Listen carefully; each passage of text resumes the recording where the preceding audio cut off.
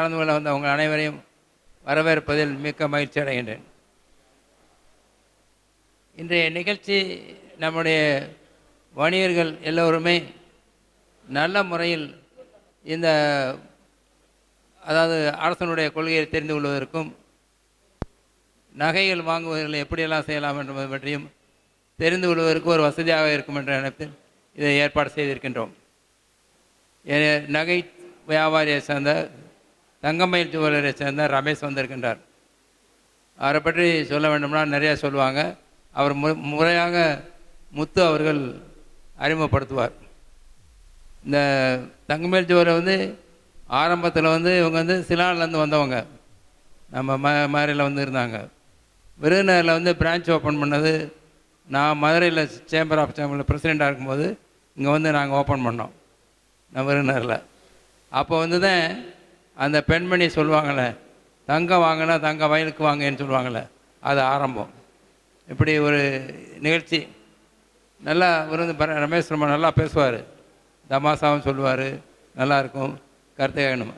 என்னுடைய கருத்து என்னென்னா, ஒரு பவுனுடைய விலை 1,00,000 ரூபாய்க்கு மேலே இருக்குது. அப்படி இருக்கும்போது நகை வாங்குவாங்களா, எப்படி வாங்குவாங்கன்னு தெரியல. ஆனால் பத்திரிக்கையில் பார்த்தா முழு பக்க விளம்பரம் இவங்க கையில் தான் இருக்குது. டெய்லி தினமணி தினமலர் இதில் பார்த்தா பங்க இருக்குது. அதை எனக்கு ரொம்ப ஆச்சரியம். நம்மளும் வியாபாரத்தில் விளம்பரம் இதில் இருக்கும்போது எப்படி வியாபாரம் பண்ணுறாங்க நம்ம தெரிஞ்சுக்கொள்ளக்கூடாதா அப்படின்னு நான் நினைக்கிறது உண்டு. அந்த இதில் நம்ம இது பண்ண முடியும். அதே மாதிரி இது ஒரு இன்வெஸ்ட்மெண்ட். எங்கள் அப்பா சொல்லுவார், தங்க நகையில் இன்வெஸ்ட் பண்ணால் அது ஒரு இன்வெஸ்ட்மெண்ட்டு, எப்பவுமே ஷேர்ஃபுல்லாக இதாக இருக்கணும். அதே மாதிரி தேவையான நேரத்தில் பணம் கிடைக்கும், அது கொடுத்து பணம் வாங்கிடலாம். அதனால் எல்லோரும் சேவிங் பண்ணுறவங்களுக்கு பணத்துக்கு தங்க நகை வாங்கணும். அதாவது 2 இது சந்தோஷமாக இருக்கும்னு சொல்லுவார் எங்கள் அப்பா. அதாவது நம்ம நகை வாங்கி கொடுத்தா வீட்டில் மனைவி சகோதரி இல்லை பிள்ளைக்கு சந்தோஷமாக இருப்பாங்க. 2வது அவசரம்னா அதில் மூலமாக நம்ம பணம் வியாபாரத்துக்கு உபயோகப்படுத்த முடியும் அப்படின்னு சொல்லுவாங்க. அப்படிப்பட்ட ஒரு இது இருக்குது. இப்படிப்பட்ட இதெல்லாம் தெரிஞ்சுக்கிற வசதியும் இப்போ தங்க நகையில் என்னென்ன வசதியெல்லாம் பண்ணி கொடுக்குறாங்கலாம் நமக்கு ரமேஷ் சார் சொல்லுவார். ரமேஷ் சார் ரொம்ப கொஞ்சம் சிரிப்பாக அழகாக பேசுவார். எனக்கு ரொம்ப நாளாக தொடர்பு உண்டு. அதெல்லாம் ரொம்ப சந்தோஷமாக இருக்குது. அவரை வரவேற்று வருகை புரிந்த வணிக பெருமக்கள் அனைவருக்கும் எனது நன்றியும் வாழ்த்துக்களையும் தெரிவித்துக்கின்றேன். புத்தாண்டு உங்கள் வாழ்த்து உங்கள் அனைவருக்கும் வணிகர் சங்கத்தின் சார்பாக அன்புடன் தெரிவித்துக் கொள்கின்றேன். முதலில் அறிமுகம் செய்வது திரு முத்து அவர்கள். பிவிஎஸ் யோகன் அவர்களே, மேடையில் வீற்றிருக்கக்கூடிய நிர்வாக பெருமக்களே, நாமெல்லாம் விரும்பி இவர்தான் வேண்டும் என்று கேட்டு அழைத்த சிறப்பு விருந்தினர், இன்று தமிழ்நாடே போற்றி கொண்டிருக்கின்றது. தங்கமயில் ஜுவல்லர்ஸ்க்கு நிகர் தங்கமயில் தான். தே ஆர் நம்பர் 1 இன் தமிழ்நாடு. இன்று விருதுநகர் வியாபார சங்க நிகழ்ச்சிக்கு வந்திருக்கின்றார். விரைவில் இந்தியாவில் நம்பர் 1 என்ற நிலைமை அடைவார் என்பதில் மாற்று கருத்தில்லை. அவரை பற்றி நிச்சயமாக கூற வேண்டும். அவருடைய கிளைகள் தங்கமயில் ஜுவல்லர்ஸ், அவங்களுடைய கிளைகள் பிரான்ச்சஸ், மெல்ல கேட்டேன், 37 கிளைகள் இருக்குமா அப்படின்னு, கைதட்டலாம், இருக்குமா அப்படின்னு கேட்டேன். இப்போ ரெட்டிப்பாக கைதட்டணும், 67 கிளைகள் என்று சொன்னார். இதில் 2 முக்கியமான மேனேஜ்மெண்ட் கான்செப்ட் இதில் இருக்கு. இதனால் இவன் முடிக்கும் என்று ஆய்ந்து அதனை அவன் கண் விடல்.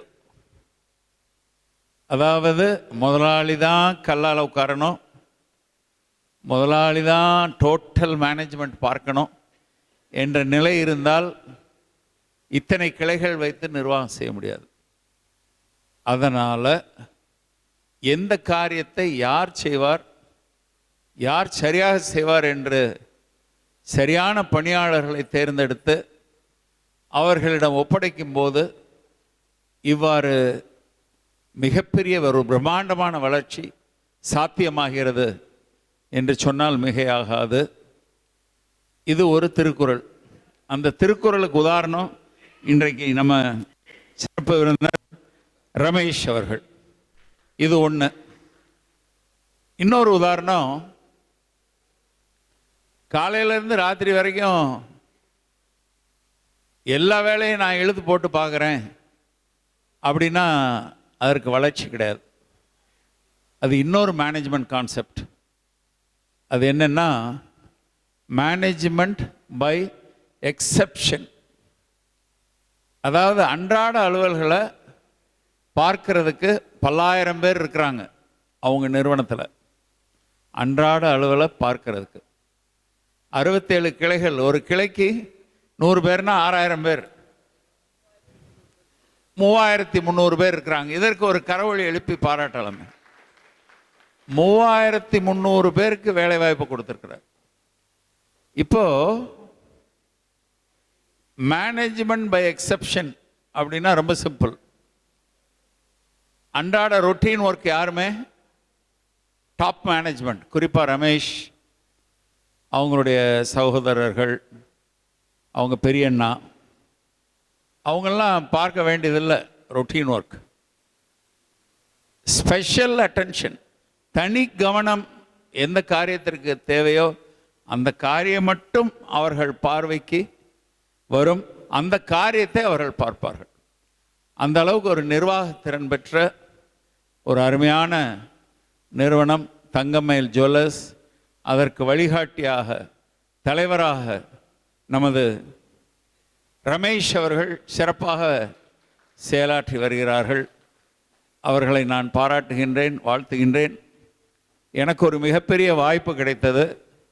அவர்களுடைய நிறுவனத்தில் இண்டிபெண்டன்ட் டைரக்டர் என்ற ஒரு அந்தஸ்தோடு கிட்டத்தட்ட 15 ஆண்டுகள், கரெக்டாக சொல்கிறேன்னா 17 ஆண்டுகள், பாருங்கள் எல்லாம் அவர் கரெக்டாக சொல்கிறாரு, நம்மெல்லாம் தோராயமாக பாயிரோம். 17 ஆண்டுகள் அவரோடு இணைந்து செயலாற்றக்கூடிய ஒரு வாய்ப்பு கிடைத்தது. போர்ட் மீட்டிங் நடக்கும்போதெல்லாம் இண்டிபெண்டன்ட் டைரக்டருக்கு அழைப்பு இருக்கும். அங்கே நிறைய எக்ஸ்பர்ட்ஸ் எல்லாம் வருவாங்க. நிறைய அந்த இடத்துல பாடம் நமக்கு கிடைக்கும். அதில் ஒரு பாடத்தை சொல்லிவிட்டு நான் அவருடைய அறிமுகத்தை முடிக்கிறேன். நீங்கள் நினைக்கலாம் அவரை பற்றி அறிமுகம்னா நீங்கள் பிறந்த தேதி, கல்யாணம் செஞ்ச தேதி, அவர் குடும்பத்தில் யாரெல்லாம் இருக்கிறாங்க அப்படின்னு நீங்கள் எதிர்பார்ப்பீங்க. அதெல்லாம் அவர் சொல்லுவார். ஏன்னா தங்கமயில் ஸ்டோரி சொல்கிறது தான் இன்றைக்கி வந்திருக்கிறார். தங்கமயில் ஆரம்பித்தது எப்படி, தங்கமயில் காலப்போக்கில் வளர்ந்தது எப்படி, தங்கமயிலில் கம்ப்யூட்டரைஸ்ட் சிஸ்டம்ஸ் இன்ட்ரடியூஸ் பண்ணது எப்படி, எப்படி இவ்வளோ ஒரு பெரிய நிறுவனத்தை நாம் சந்திக்க முடியுது, நிர்வகிக்க முடிகிறது, எல்லாம் அவர் சொல்லுவார். ஸோ நான் இப்போ சொல்ல வேண்டியது அவங்க போர்ட் மீட்டிங்கில் கிடைச்ச ஒரு முக்கியமான பாடம். அது என்ன அப்படின்னா, ப்ராஃபிட் அப்படின்னா நம்ம எல்லாரும் என்ன சொல்லுவோம், அப்போ வருமானம், செலவு, மீதி ப்ராஃபிட். ரைட். பிஸ்னஸில் ப்ராஃபிட் வரணுமா வர வேண்டாமா? கட்டாயம் வரணும். வரலைன்னா அது பிஸ்னஸ் கிடையாது. ரைட். ப்ராஃபிட்ஸ்னால் இன்னொரு டெஃபினிஷன் தங்கமயிலில் எனக்கு கிடைச்சது. அது என்ன டெஃபினிஷன்னா, profit is a reserve for future losses. அதாவது லாபம் என்பது ஒரு மிகப்பெரிய ரிசர்வ் அல்லது ஒரு பாதுகாப்பு அம்சம். எதற்கு? எதிர்காலத்தில் ஒருவேளை நஷ்டத்தை நாம் சந்திக்க வேண்டியது வரலாம். ஏன்னா காலச்சூழல் எப்படிங்கிறது தெரியாது. இன்றைக்கு அமெரிக்காவை நம்பி இருக்கிற அனைத்து ஏற்றுமதியாளர்களும் 0 என்ற அளவில் இன்று தள்ளப்பட்டிருக்கின்றார்கள். அமெரிக்கா மட்டும் நம்பி இருக்கிறவங்க. இதுதான் காலத்தின் சூழ்நிலை. அந்த மாதிரி ஒரு கஷ்ட காலம் ஒருவேளை வந்தால் அந்த நேரத்தில் நம்மை பாதுகாப்பதற்குத்தான் லாபம் என்ற லாபத்திற்கு இதுவரை நான் கேட்டிராத ஒரு புதிய டெஃபனிஷன் தங்கமயில் ஜுவல்லர்ஸ் அவர்களுடைய கூட்டத்தில் ஒரு சார்ட்டர் அக்கௌண்டன்ட் அவர் தணிக்கையாளர் சொன்ன செய்தி மூலமாக இந்த சபையில் அந்த செய்தியை சொல்லி தங்கமயில் அறிமுகம், தங்கமயில் ஸ்டோரி எல்லாத்தையும் நம்ம சிறப்பு விருந்தினர் அவர்கள் சொல்வார்கள். கேள்வி பதில் நிகழ்ச்சி நிச்சயமாக இருக்கின்றது. உங்களுக்கு தங்கம் சம்பந்தமான கேள்விகளுக்கெல்லாம் அவர் பதில் சொல்ல காத்திருக்கின்றார். அவரை என்னுடைய பாணியில் அறிமுகம் செய்ய வாய்ப்பு கொடுத்த தலைவர் அவர்களுக்கு நன்றி கூறி தலைவரிடம் நான் சபையை ஒப்படைக்கின்றேன். முதலில் எனது மாலை வணக்கத்தை கூறிக்கொள்கிறேன். இப்போது இங்கிட்டு பெரிய அண்ணன், இங்கிட்டு சின்ன அண்ணன், ரெண்டு பேரும் எனக்கு வாழ்க்கையில் குரு மாதிரி. அதாவது முதல்ல நான் சில விஷயங்கள் என்னை பற்றி பர்சனலாக சொல்கிறேன், அதுக்கப்புறம் வியாபாரத்துக்கு வர்றேன். நான் எங்கேயோ இருந்து வந்த ஆள் கிடையாது. உங்களுடைய பிள்ளை.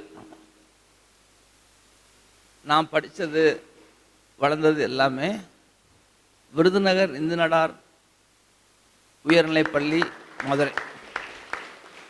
அங்கே இருந்து தான் நான் ட்ரெயினப் பண்ணேன், பில்டு பண்ணாங்க எல்லாமே. எனக்கு விருதுநகர் ரொம்ப ஆத்மார்த்தமான ஊர். இங்கே தான் என் வாழ்க்கையில் முதல்ல நண்பர் அப்படின்னு ஒருத்தர் என் கூட ரொம்ப அற்புதமாக பழகினார். அவர் டிஎம்எஸ்எஸ்ன்னு நினைக்கிறேன், சதாசிவ நாடார், அவருடைய பையன் எழில் கொலம்பஸ், அவங்க அண்ணன் இன்பம், அவங்க அண்ணன் உதயம். அவர் இப்போ விஎம்ஜே ஸ்கூலில் செக்ரட்டரியாக இருக்கார் நினைக்கிறேன், அந்த மதுரை ஸ்கூலில். அந்த எழில் கொலம்பஸும் நானும், அதாவது நட்பு அப்படின்னா அவர் தான் எனக்கு முதல் நண்பர். அவர் தான், நானும் அவரும் இங்கே அடிக்கடி வருவோம், ரொம்ப சந்தோஷமாக இருப்போம். ஸோ எனக்கு விருதுநகர் இல்லை நிறைய உறவுலாம் உண்டு. அண்ணாச்சியை பற்றி சொல்லணும்னா, நாங்கள் சேம்பரில் பல இடங்களுக்கு போயிருக்கோம். என் வாழ்க்கையில் முதல்ல ஒரு பெரிய டேர்னிங் ஏற்படுத்தினதே 2000 ஆண்டில் தான். அப்போது அண்ணாச்சி தான் என் கூட வந்திருந்தாங்க. சைனாவுக்கு டூர் போயிருந்தோம் சேம்பர் ஆஃப் காமர்ஸ்லேருந்து. அப்போவே அதுக்கு 2 லட்ச ரூபா என்னமோ செலவு. அங்கே போய் நாங்கள் ஒரு 15 நாள் இருந்தோம், ஊர் சுற்றி பார்த்தோம். அது ஒரு வியாபாரம்லாம் பண்ணலாம்னு தான் போனோம். ஆனால் அங்கே வியாபார வாய்ப்பு எதுவும் எனக்கு கிடைக்கல. ஆனால் ஒரு முக்கியமான ஒரு படிப்பினையை அங்கேருந்து எடுத்துகிட்டு வந்தேன். அது என்னன்னா, அந்த படிப்பினை எடுக்கும்போது என் கூட இருந்தவர் அண்ணாச்சி தான். போய் இங்கேருந்து ஏர்போர்ட்டில் இறங்குறோம், வெளில வர்றோம். அந்த காரிடரில் ஒரு விளம்பரம் எழுதியிருக்கு, HSBC பேங்கோட விளம்பரம். Opportunities are hanging around. நம்மளை வாய்ப்புகள் ஒரு முறை தான் கதவை தட்டும், நீ பிடிச்சுக்கணும், இல்லைன்னா உன்னை விட்டுட்டு போயிடும். அப்படித்தான் நம்ம சொல்லி வளர்த்துருக்காங்க. இது என்னடா அது, ஆப்பர்ச்சுனிட்டிஸ் ஆர் ஹேங்கிங் அரவுண்ட் அப்படின்னு போட்டிருக்கே அப்படின்னு சொல்லி அதை ஒன்றை தான் நான் எடுத்துகிட்டு வந்தேன் மனசில். அதை எடுக்கும்போது கூட இருந்தவர் அண்ணன் தான். அதுக்கப்புறம் அது 2000 வருஷத்தில் இருக்கும்.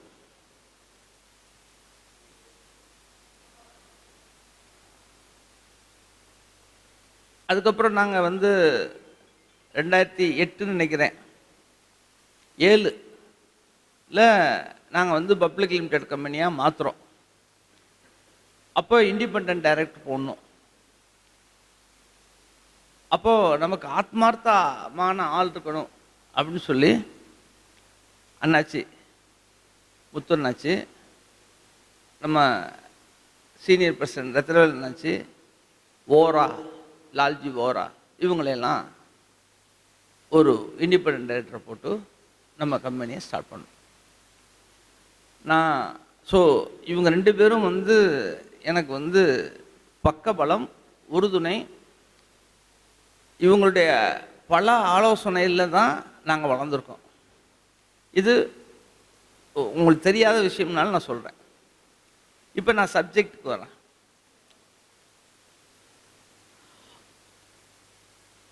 1979-80 அப்போ எனக்கு 17-18 வயசு. பியூசி ஃபெயில் ஆகிட்டேன். எங்கள் அப்பா, இல்லைப்பா எஸ்டிசி இது மாதிரி சேர்த்து விட்றேன், நீ காலேஜில் படி அப்படின்னு எவ்வளோ சொல்கிறாரு. நான் எல்லாம் கேட்டுக்கிட்டேன். ஆனால் எனக்கு அந்த இது மைண்டு வந்து தொழிலுக்கு வந்துச்சு. இல்லைப்பா நான் தொழிலுக்கு வரேன்னு சொல்லி வந்துட்டேன். எங்கள் அப்பா எவ்வளோ சொல்கிறார், நீ படிச்சுட்டு வாப்பான்னு சொல்லி. எங்கள் அண்ணன் பிகாம் படிச்சிருந்தார். அவர் தொழிலுக்கு வந்து 6 மாதம், நான் அப்போ தொழிலுக்கு வந்துட்டேன். எங்கள் அப்பா எங்கள் கூட ஒரு 6 மாதம் தொழிலில் இருந்தாங்க. அதுக்கப்புறம் அவங்களுக்கு உடல்நிலை சரியில்லை, ரிட்டையர் ஆகிட்டாங்க. அதாவது 80லிருந்து 90 வரைக்கும் நான் வந்து வியாபாரத்தை முழுமையாக கற்றுக்கிட்டேன். பர்ச்சேஸ்னால் என்ன, சேல்ஸ்னால் என்ன பண்ணலாம், ஏது பண்ணலாம், அதனுடைய நெளிவு சுழிவுகளை நான் வந்து கற்றுக்கிட்டேன். 90லிருந்து 2000 வரைக்கும், அப்போ தான் 91 தான் தங்கமயில்னு சொல்லி ஸ்டார்ட் பண்ணுறோம். அப்போ தான் இந்த வியாபாரம் எவ்வளவு பெருசு, எவ்வளவு பெரிய வாய்ப்பு இருக்குது. அதுக்கெல்லாம் அண்ணாச்சிக்கு தான் நான் நன்றி சொல்லணும். அப்போது இவங்க வந்து இப்போ கூட ஒருத்தவங்க வந்து என்னை ஞாபகப்படுத்தினாங்க. 98 இப்படி இருக்குன்னு நினைக்கிறேன். மதுரையில் தாஜ் கோரமண்டல் ஹோட்டலில் அவங்களுடைய டீலர்ஸ் மீட்டுக்கெல்லாம் வச்சுருப்பாங்க. அப்போ அதில் வந்து எனக்கு வந்து ஒரு மணி நேரம் வாய்ப்பு கொடுப்பாங்க. அந்த டீலர்ஸ் மீட்டில் என்னுடைய இது வந்து என்னென்னா, தங்கத்தினுடைய பயன்பாடு, தங்கத்தினுடைய ஃபியூச்சர், தங்கம் என்ன செய்யும், தங்கத்தை சேர்த்தா என்ன பிரயோஜனம், இந்த மாதிரி இதெல்லாம் சொல்கிறதுக்கு என்னைய கூப்பிடுவாங்க. நான் போய் பேசுவேன். அப்போது நான் பல விஷயங்கள் கற்றுக்கிட்டேன். ஏன்னா இவங்க வந்து பல மாவட்டங்கள்லேருந்து வியாபாரிகளை கூட்டிகிட்டு வருவாங்க. அப்போது அவங்களுடைய பார்வை, அவங்களுடைய கேள்வி, அவங்க தங்கம் மேலே வைத்திருக்கக்கூடிய ஈடுபாடு, இப்படி பல விஷயங்களை நான் கற்றுக்கிட்டேன். அதாவது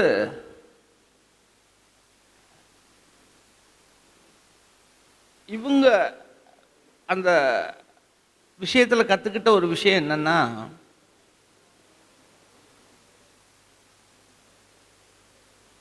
நம்ம என்ன பொருள் வியாபாரம் பண்ணாலும் அந்த பொருள் வந்து 2 விதமாக பிரிக்கப்படும்.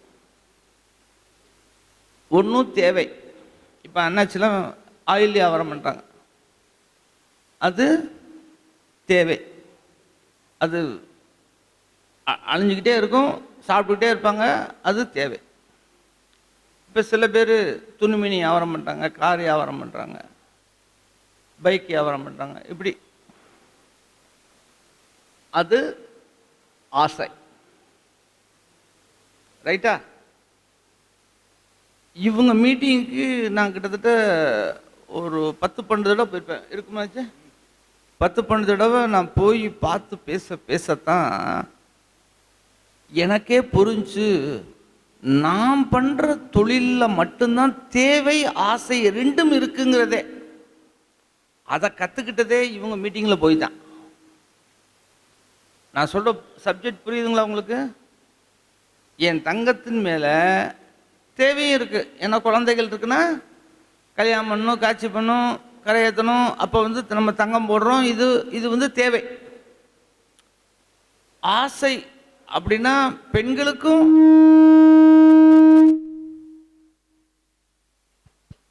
ஹரே கிருஷ்ணா, கேக்குதா? கேக்குதா? ஒன்றும் சிரமம் இல்லையா?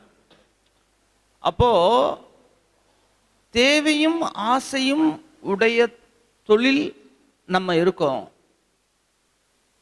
அதுக்கப்புறம் தான் நாங்கள் வந்து ரொம்ப டீப்பாக ஸ்டடி பண்ண ஆரம்பித்தோம். நம்ம ஊரில் எவ்வளவு தேவை இருக்குது, நம்ம மாவட்டத்தில் என்ன தேவை இருக்குது, நம்ம மாநிலத்தில் என்ன தேவை இருக்குது, இப்படி இந்தியா பூரா இந்த தொழில் எப்படி இருக்குது.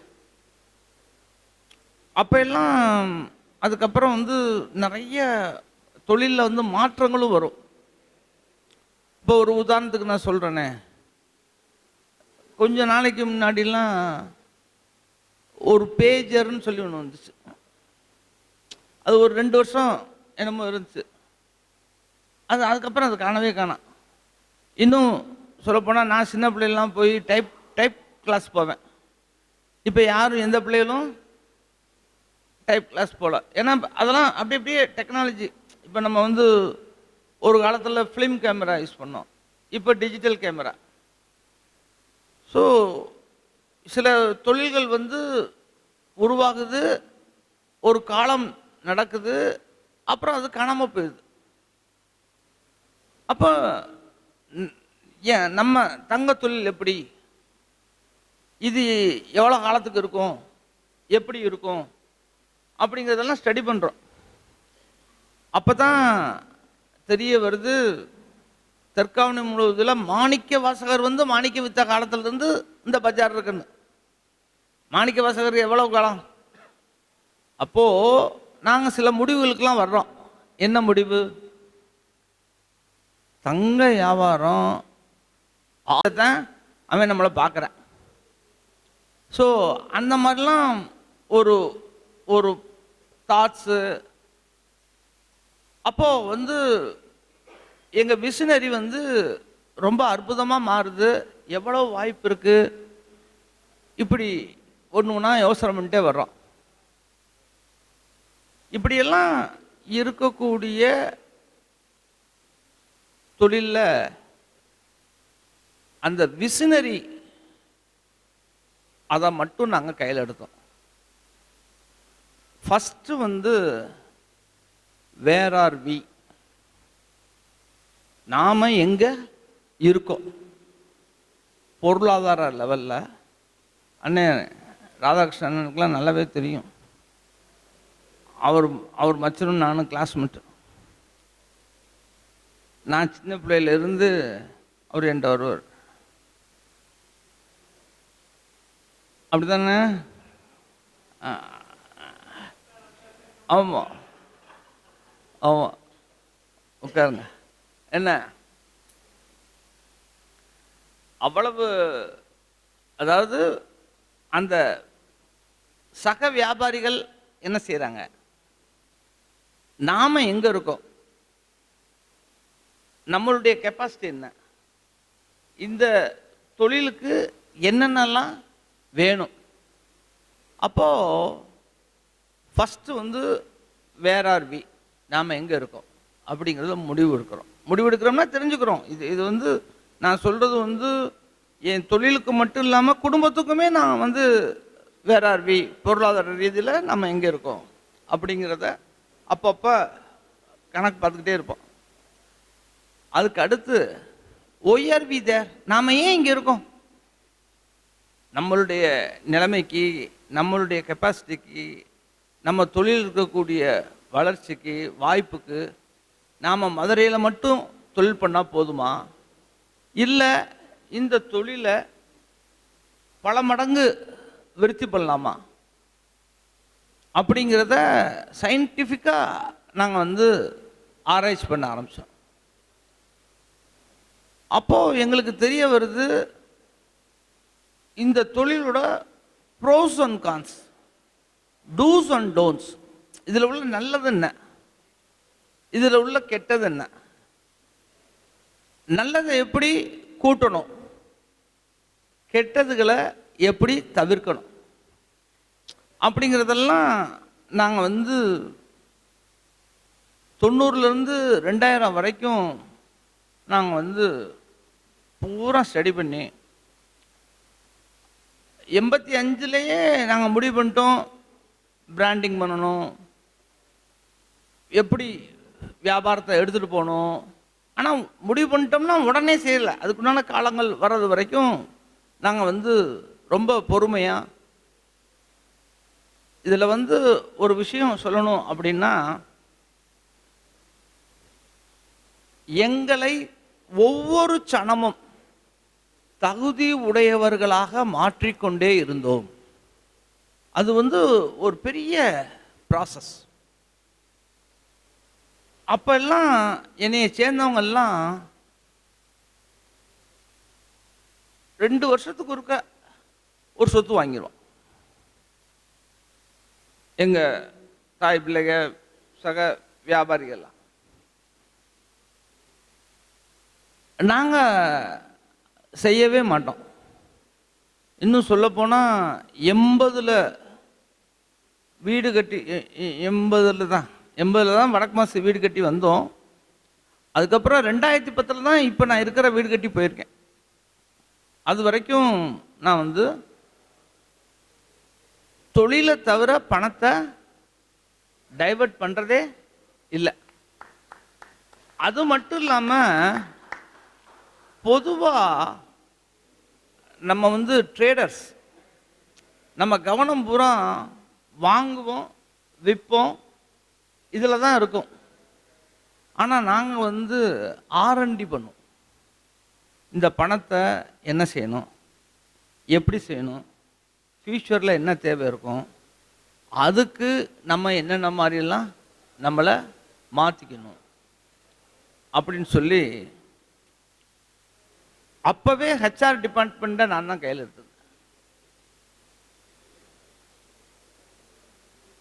வாய்ப்புகளை கொடுத்துக்கிட்டே இருப்போம், புது புது ஆளுகளை உருவாக்கிக்கிட்டே இருப்போம்.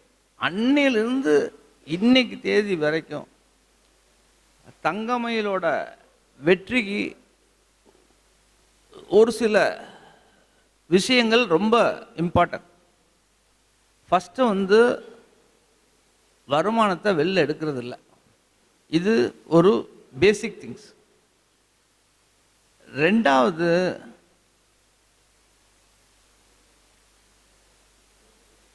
பீப்புள் மேலே இன்வெஸ்ட் பண்ணும். நான் சொல்றது புரியுதா? பணியாளர்னு சொல்ல மாட்டேன் நான், சகலபாடி எனக்கு வந்து வலதுகை. அவங்கள வந்து நான் வந்து உருவாக்கிக்கிட்டே இருப்பேன். அதில் சில பேர் தங்குவாங்க, சில பேர் போயிடுவாங்க, இதெல்லாம் இயற்கை தான். ஆனாலும் நாங்கள் வந்து ஏன்னா மக்கள் தான் எனக்கு வந்து ரொம்ப ரொம்ப இம்பார்ட்டன்ட். என் ஜுவல்லரி எவ்வளோ வேணுமோ அழகாக இருக்கலாம், எவ்வளோ வேணும்னாலும் சிறப்பாக இருக்கலாம், குவாலிட்டி இன்டர்நேஷ்னல் குவாலிட்டியில் இருக்கலாம். ஆனால் என் நெக்லஸ் சிரிக்காதுல்ல, கஸ்டமர்கிட்ட சிரித்து பேசுகிற எம்ப்ளாயி இருக்கணும். அவன் வந்து இதை வந்து சிறப்பாக எடுத்து சொன்னா தான் அங்கே வந்து வியாபாரம் நடக்கும். இப்போ நாங்கள் வந்து முதல்ல வியாபாரம்னு பார்த்தா தங்கக்கடையில் முதலாளி இருந்தால் வியாபாரம், ஓனர் ட்ரிவன் கம்பெனியாக தான் இருக்கும். அதை பீப்புள் ட்ரிவன் கம்பெனியாக மாற்றணும் அப்படிங்கிறதெல்லாம் நாங்கள் வந்து 85லேயே டிசிஷன் எடுத்துட்டோம். அப்படிலாம் இல்லைன்னு சொன்னால் இன்றைக்கி 1,30,000 சதுரடியில் நாங்கள் பிஸ்னஸ் பண்ணிகிட்ருக்கோம். ஒரு மாதத்துக்கு கிட்டத்தட்ட 85,000 பில் போடுறோம் ஒரு மாதத்துக்கு. அவ்வளவு பீப்புளுக்கு, அதாவது இத்தனைக்கும் தமிழ்நாட்டுக்குள்ள மட்டும்தான் இருக்கும். அவ்வளவு தேவை இருக்குது. அவ்வளவு, இன்னும் சொல்லப்போனால் அண்ணாச்சி கேட்டாங்க, பவுன் 1,04,000 7,000 ஆச்சு, வியாபாரம் நடக்குமான்னு. இந்த இடத்துல நான் வந்து ஒன்று சொல்ல ஆசைப்படுறேன். மக்களுக்கு தங்கத்தின் மீது பசி இருக்கிறது. என்ன இருக்கு? பசி இருந்தால் என்ன ஆகும்? நீங்கள்லாம் உணவுப் பொருள் வியாபாரிகள், என்ன ஆகும்? ஏதாவது சாப்பிட்டே இருக்கணும். ஏதாவது அது அது பெருசோ சிறுசோ கூடுதலோ குறைச்சலோ அந்த மாதிரி அவ்வளவு தேவை இருக்கு. அப்போ உலகத்தரம் வாய்ந்த நகைகளை மிக சரியான விலையில் சரியான இடத்தில் அவங்களுக்கு தேவையான இடத்துல கொண்டு வந்து நான் கொடுக்கணும். இப்போ நான் மதுரையிலே உட்காந்துக்கிட்டு நீங்கள் இங்கேருந்து வாங்க வாங்கன்னா அது எல்லாரையும் எல்லா சூழ்நிலையிலையும் வர முடியாது. ஸோ முதல்ல என்ன செஞ்சேன்? 10 வருஷம் தொழிலை கற்றுக்கிட்டேன். அடுத்த 10 வருஷம் தனியாக ஒரு நிர்வாகத்தை தங்கமயில்ங்கிற பேரில் ஸ்டார்ட் பண்ணேன். அதில் வந்து பீப்புளை உருவாக்கினேன். 3வது 10 வருஷம் என்ன பண்ணேன்னா, என் மனசில் தெளிவாக பட்டுருச்சு, இந்த வியாபாரம் வந்து ஆகாயம்தான் இல்லை, இதுக்கு வந்து எத்தனை 1000 கோடி போட்டாலும் இதில் தொழில் பண்ணலாம், அவ்வளவு வாய்ப்பு இருக்கு, அவ்வளவு தேவை இருக்கு. அப்போ நான் பெருசாக விதிக்கிறது பெரிய விஷயந்தான். அதை கஷ்டப்பட்டு பெருசாக விரிச்சிட்டாலும் அதை காபந்து பண்ணி இழுத்து கொண்டு போக வேண்டியது யாரு? அடுத்த தலைமுறை. அப்போ என் பிள்ளைகளை பூரா ட்ரெயின் பண்ணுறேன். 2000 2007 வரைக்கும் என் கவனம் பூரா என் மகன் மேலே தான் இருந்துச்சு. அவனுக்கு தான் இந்த வியாபாரம் என்ன, ஏன்னா நான் சரியாக ட்ரெயின் பண்ணாலே சாத்தியப்படுத்த முடியாது. ஸோ அவங்கள வந்து நாம் தகுதி இருந்தால் மட்டும் பத்தாது, நம்ம பிள்ளைங்களும் சரியாக இருக்கணும். 2007 எனக்கு முழு கான்ஃபிடன்ஸ் வந்துச்சு. அதுக்கப்புறம் காலம் ரொம்ப ரொம்ப முக்கியமானது. ஃபஸ்ட்டு நான் தொழிலுக்கு வரும்போது லைசன்ஸ் ராஜ்யம் இருந்தது. 80-90 90க்கு மேலே லிபரைசேஷன் வந்துச்சு. 2000 குளோபலைசேஷன் வந்துச்சு. 2007 வேட் வந்துச்சு.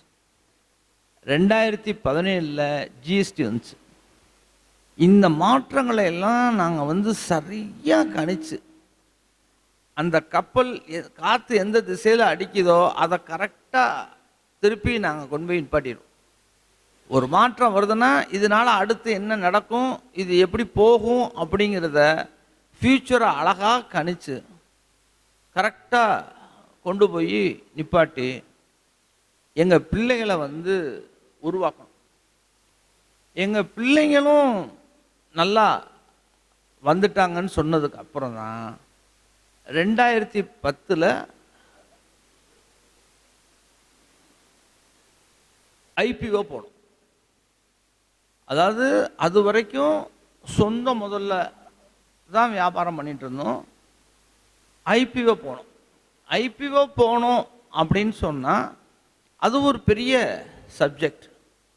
அன்னைக்கு தேதி வரைக்கும் இந்தியாவில் தங்கத்துறையில் ஐபிஓ போனது, அதாவது ரீட்டைல் பிஸ்னஸில் தனிஷ்க் மட்டும்தான் இருக்காங்க. நாங்கள் தான் ஐபிஓ போகிறோம். அது அது ஒரு பெரிய சப்ஜெக்டு. அது நான் அது ஒரு நாளைக்கு சொல்கிறேன். ஐபிஓ அப்படின்னு சொன்னால் ப்ராஃபிட் கேம்லேருந்து வேல்யூ கேமுக்கு நாங்கள் மாறுறோம். ப்ராஃபிட், நம்ம வியாபாரிகள் பூரா எதுக்காக வியாபாரம் பண்ணுறோம்? ப்ராஃபிட், ரைட்டா? ப்ராஃபிட்ங்கிறது ஒரு, அது ஒரு மித். இன்னும் சொல்ல போனால், போன வருஷம் 2 கோடி லாபம் பார்த்தோம், இந்த வருஷம் 2 கோடி லாபம் பார்த்தோம். அப்போ 2 2 4 ஆனால் வேல்யூவேஷனுங்கிறது 2 2 22 எப்படி 2 2 அந்த மாதிரி வேல்யூவேஷன். அப்போது அந்த வேல்யூவேஷன் கேமுக்கு போகணும்னு சொல்லி முதல்ல தங்கத்துறையிலேயே இது 2007 நான் முயற்சி பண்ணிட்டே இருக்கேன். அப்புறம் 2008 ட்வின் டவர் ப்ராப்ளம் வந்துச்சு. அதுக்கப்புறம் 2010 இஷ்யூ போனோம். அப்படி 2010 இஷ்யூ போகும்போது 5 ஷோரூம் வச்சுருந்தோம். அன்னைக்கு ஒரு நிதானம் எனக்கு தெரிய 400 கோடி 450 கோடி வியாபாரம் பண்ணோம். அன்னைக்கு பப்ளிக் இஷ்யூ 75 ருபீஸ், 10 ரூபா ஷேரை 75 ரூபாய்க்கு கொடுத்தோம். அன்னைக்கு நம்ம கம்பெனியோட மார்க்கெட் கேப் 100 கோடி ரூபாய். 2010 ஜனவரியில் வந்தோம்.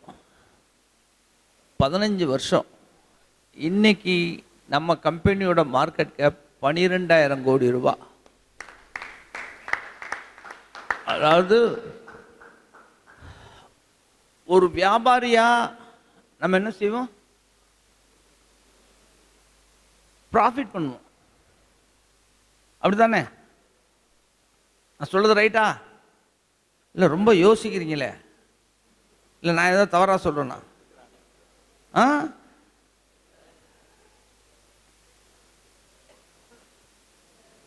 நான் எங்கள் குடும்பத்துக்கு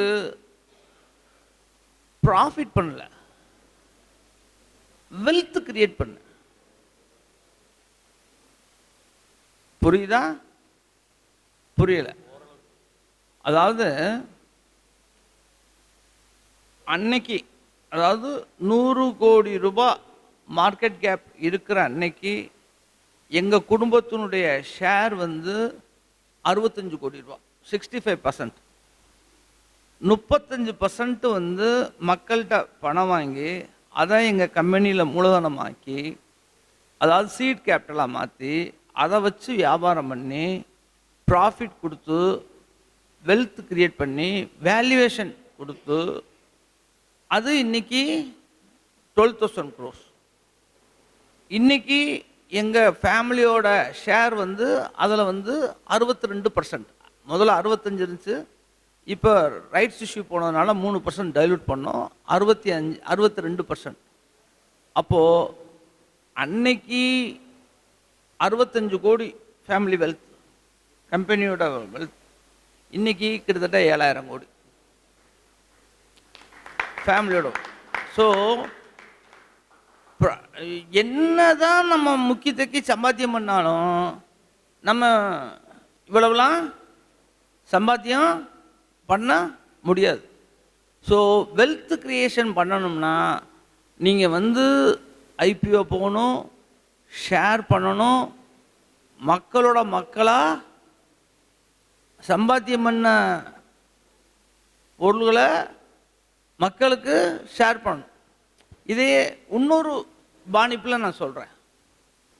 அதாவது 2010 35 கோடி ரூபா நம்ம கம்பெனியில் வாங்கினோம். இன்னைக்கு சுமார் 4,500 கோடி ரூபா வெல்த் கிரியேட் பண்ணி நம்ம ஷேர் ஹோல்டருக்கு கொடுத்துருக்கோம். அன்னைக்கு 1 கோடி ரூபா போட்டவருக்கு இன்னைக்கு 120 கோடி ரூபா வேல்யூ. இது எல்லாம் தங்கத்துறையில் சாத்தியம் பண்ணியிருக்கோம். இன்றைக்கி வந்து நம்ம கம்பெனி எப்படி இருக்குன்னு சொன்னால், இந்தியா லெவலில் இன்னும் நம்ம வந்து தமிழ்நாட்டை தாண்டலை. இந்தியா லெவலில் தனிஷ்குக்கு அடுத்து தங்கமயிலை பற்றி தான் இன்றைக்கி மார்க்கெட்டில் பேசுகிறோம். எப்படி அண்ணன் வந்து விருதுநகரில் இதயம் நல்லெண்ணெயை ஸ்டார்ட் பண்ணி தமிழ்நாடு புறம் தாண்டி இந்தியா புறம் தாண்டி டொரண்டோ வரைக்கும் இதயம் நல்லெண்ணெய் கிடைக்குது அப்படின்னா அது எப்படி சாத்தியமோ அந்த மாதிரி இதுவும் மதுரையில் இருந்தே சாத்தியம்தான் அப்படிங்கிறத நம்ம வந்து பண்ணியிருக்கோம். இதுக்கு பல விஷயங்கள், பல முயற்சிகள், பல பிரயாசைகள், பல வெற்றிகள், பல தோல்விகள், இப்படி பல விஷயங்களை தாண்டி தான் வந்திருக்கோம். அதில் நிறைய அனுபவங்கள், அதை பற்றி நீங்கள் எது கேள்வி கேட்டாலும் நான் சொல்கிறேன். அது போக அண்ணாச்சி வந்து இப்போ வந்து ஒரு முக்கியமான விஷயத்தை பற்றியும் சொல்லுங்கன்னு காலையில் ரிக்வஸ்ட் பண்ணாங்க. அதாவது தங்க விலை இப்போ இருக்கக்கூடிய சூழ்நிலை எப்படி இருக்குது, இது வந்து எப்படி போகும், நியர் ஃபியூச்சரில் எப்படி இருக்கும், அதை பற்றியும் ஒரு விஷயம் சொல்லுங்கள், எங்கள் மக்கள் வியாபாரிகள் தெரிஞ்சுக்கணும்னு விரும்புகிறாங்க அப்படின்னு சொன்னாங்க. என்னுடைய வாழ்க்கையில் வந்து ஒரு 3 பெரிய அனுபவத்தை நான் சொல்கிறேன். நான் 1980 கடைக்கு வந்தேன்னு சொன்னேன். அன்னைக்கு வந்து வெள்ளி விலை கிராம் 10 கிராம் 17 ரூபா. 10 கிராம் அது 1980 10 கிராம் 80 ரூபாய் போச்சு அந்த வருஷமே. அப்புறம் திரும்பி 15 ரூபாய்க்கு வந்துச்சு. ஸோ நீங்கள் மக்கள் வந்து தங்கமும் வெள்ளியும் ஏற்றம்தான் காணும், லாபம் மட்டும்தான் இருக்கும் அப்படிலாம் கிடையாது. இது வந்து 1980 நடந்தது. 92 93 கிராம் 380 ரூபா இருந்தது தங்கம். அப்போது விலை ஏறி 530 ரூபா போச்சு. கிட்டத்தட்ட அதுவே 25-30% மேலே விலை ஏறிச்சு. திருப்பி 530 ரூபாலேருந்து 390 ரூபா 400 ரூபாய்க்கு வந்துச்சு. அந்த 390 ரூபா 400 ரூபாய்க்கு வந்தது மட்டும் மேட்டரில் அடுத்த 10 வருஷத்துக்கு ஒரே விலையாகவே இருந்துச்சு. 1 ரூபா 2 ரூபா தான் முன்ன பின்னு இருக்கும். அதுக்கப்புறம் 2013 14 14 15 எங்கள் கம்பெனியில் இன்வென்ட்ரி லாஸ் 60 கோடி ரூபா வந்துச்சு. அது எப்படின்னா, அப்போ வந்து டாலர் கணக்கில் வந்து $2200 இருந்துச்சு, இறங்கி $1650 இருந்துச்சு. ஸோ அதுக்கு தான் அண்ணாச்சி சொன்னது, ப்ராஃபிட் ஃபார் ஃபியூச்சர் லாஸஸ். அந்த மாதிரி லாஸ்லாம் வந்தபோது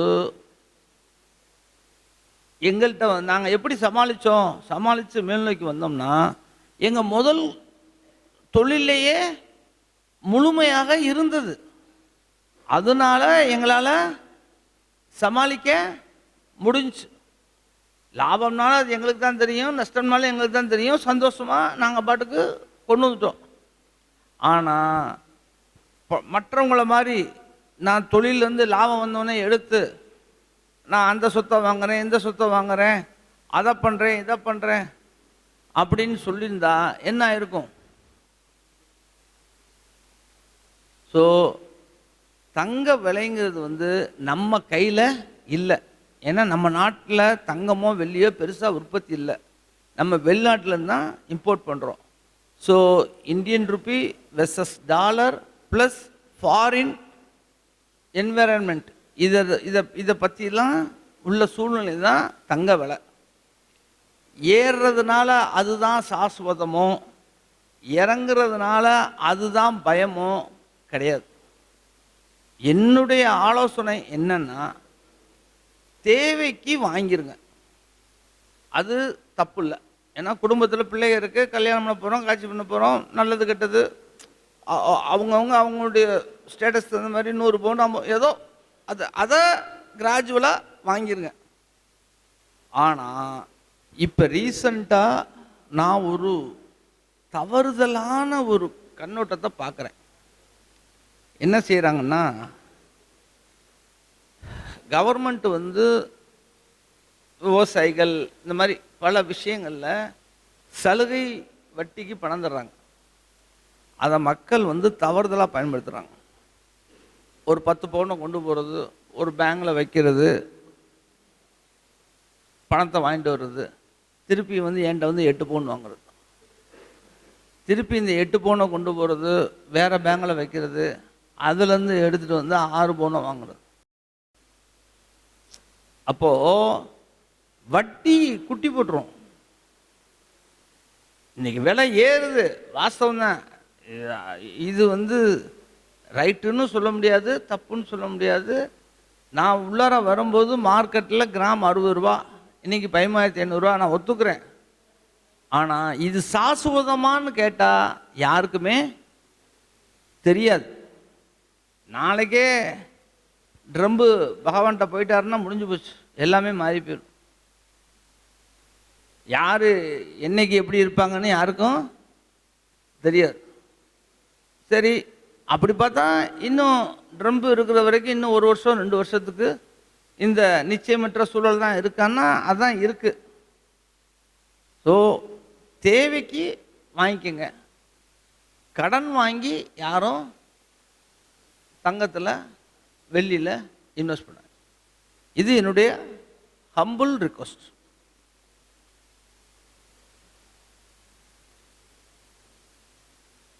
உங்களுடைய கேள்வியை ஆரம்பிக்கலாம். ஏன்னா நிறைய இளைஞர்கள்லாம் வந்திருக்காங்க, அனுபவமிக்க வியாபாரிகள்லாம் வந்திருக்காங்க. உங்கள் கேள்விகளை கேளுங்க, நான் அதுக்கு பதில் சொல்ல காத்துறேன். வந்து ETF வந்து கவர்மெண்ட்டு போட்டிருக்கக்கூடிய கோல்டு பாண்டை நிப்பாட்டிட்டாங்க. இன்னுமே புதுசாக அவங்க வந்து கோல்டு பாண்டு போடலை. பட் ETF-ன்னு மியூச்சுவல் ஃபண்ட்லாம் கொடுக்குறாங்க. அது வந்து நீங்கள் தாராளமாக இன்வெஸ்ட் பண்ணலாம். அதாவது நம்ம மக்களுக்கு வந்து கையில் காசு வாயில் தோசை தான் கேட்பாங்க. இது வந்து பேப்பரில் இருக்கும், டிமேட் அக்கௌண்ட்டில் இருக்கும். அது ஓகே அப்படின்னா அதுவும் இன்வெஸ்ட் பண்ணலாம். அது நல்ல விஷயந்தான், ஒன்றும் சிரமமான காரியம் இல்லை. ஐயா, உங்கள் கேள்விக்கு பதில் இருந்துச்சா? நல்லது.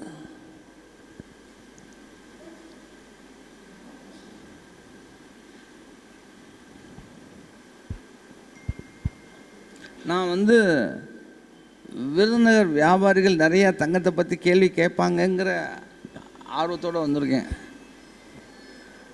அதாவது இந்த பொருளுக்கு வந்து இந்தியா முழுசும் ஒரே விலை எப்படி வைக்கப்படுது? என்னன்னாச்சு? இந்தியா முழுசும் இப்போ போக்குவரத்து கட்டணம், செலவுகள்லாம் இருக்குது. இதெல்லாம் எப்படி அடக்கம் பார்த்து இந்தியா முழுசும் ஒரே மாதிரி விலையா இது வைக்கப்படுது? கோல்டு ரேட் வந்து இது வந்து உலக சந்தையில் உள்ள விலை. இப்போ இந்தியாவில் வந்து ஒரு 10-15 பேங்குக்கு தான் வந்து இம்போர்ட் பண்ணுறதுக்கு அனுமதி கொடுத்துருக்காங்க. அந்த டெலிவரி எல்லாம் வந்து ஒரு 2-3 கொரியர் கம்பெனிக்கு அனுமதி கொடுத்துருக்காங்க. ஸோ இப்போ நான் மதுரையிலிருந்து வாங்கினாலும், ஒருத்தர் டெல்லியிலிருந்து வாங்கினாலும் மோரார்லெஸ் சேம் காஸ்ட்டாக வரும். ரா மெட்டீரியலை பொறுத்த மட்டுக்கும் பெரிய விலை வித்தியாசம் இருக்காது. மார்க்கெட் ப்ரைஸில் அப்ஸ் அண்ட் டவுன்ஸ் இருக்கும். பட் நம்ம ரேட் கட் பண்ணிட்டோம்னா, ஒரு எக்ஸ்ன்னு கட் பண்ணோம்னா அதே விலைக்கு பாம்பேயில் ஒருத்தர் வாங்கியிருக்காரு, கல்கட்டாவில் ஒருத்தர் வாங்கியிருக்காருன்னா அது இந்தியன் காஸ்ட் பிரகாரம் பார்க்கும்போது மோரார்லெஸ் சேமாக தான் வரும். அதனால் ரா மெட்டீரியல் காஸ்ட்டு வந்து பெருசாக வித்தியாசப்படாது. அந்த லேபர் வேஸ்டேஜில் தான் வித்தியாசப்படும். ஸோ அதனால் இந்தியாவில் பூரா மோரார்லெஸ் ஒரே ப்ரைஸ்க்கு கொடுக்கலாம். அதில் ஒன்றும் டவுட் இல்லை. இப்போ எல்லாம் நெட்டு வந்துருச்சு, அவங்கவுங்க ப்ரைஸ் போடுறாங்க, பெரிய வித்தியாசம் இருக்காது. பண்ண முடியும், சாத்தியம்தான்.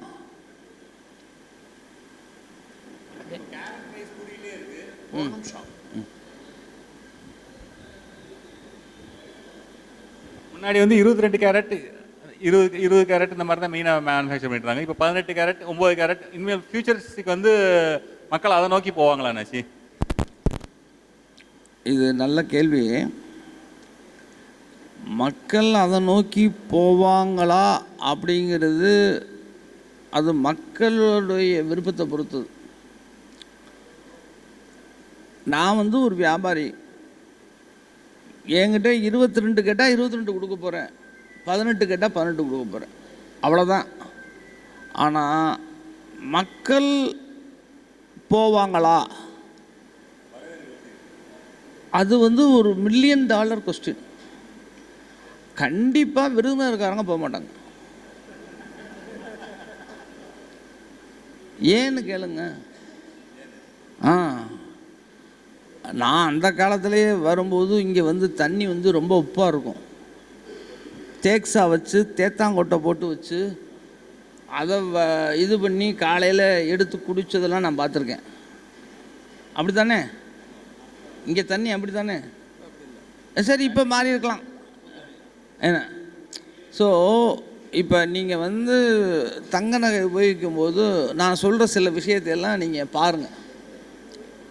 நீங்கள் நம்ம ரெகுலராக ஜுவல்லரி போட்டிருக்கோம்ல, போட்டுட்டு ஒரு அருவியில் போய் குளிங்க, ஒரு ஆற்றுல போய் குளிங்க, அப்படியே அதனுடைய லஸ்டர் வந்து அப்படி இருக்கும். சாஃப்ட் வாட்டரில் இருந்தால் அது அப்படி இருக்கும். ஹார்டு வாட்டர் யூஸ் பண்ணிங்கன்னா அதனுடைய அதாவது அருவி தண்ணி, ஓடு தண்ணி, இதிலெல்லாம் நம்ம உபயோகப்படுத்தினோம்னா அந்த ஜுவல்லரி வந்து அதனுடைய ஒரிஜினல் கலரில் இருக்கும். அந்த லஸ்டர் வந்து ரொம்ப அழகாக இருக்கும். நம்ம வந்து நம்ம ஊர்க்காரங்க எல்லாமே வந்து கலர் வந்து கேவ் கலர், அதாவது கோதுமை கலர். நம்ம ரொம்ப சிவப்பும் கிடையாது, ரொம்ப கருப்பும் கிடையாது, நம்ம வந்து கேவ் கலர். நமக்கு வந்து அந்த லெமன் எல்லோ கலரில் ஜுவல்லரி போட்டால் தான் எடுக்கும். நம்ம வந்து ஜுவல்லரியை வந்து இன்வெஸ்ட்மெண்ட்டாக பார்க்குறதெல்லாம் ஒரு பக்கம், பெருமையாக பார்ப்போம். வேல்யூ இல்லை சார். நீங்கள் ஒரு குட்டி பிள்ளைக்கு ஒரு நகையை போடுங்களேன், அந்த செயினை போட்டவுடனே அவர் நடக்கிற நடையே பாருங்கள். பெருமை.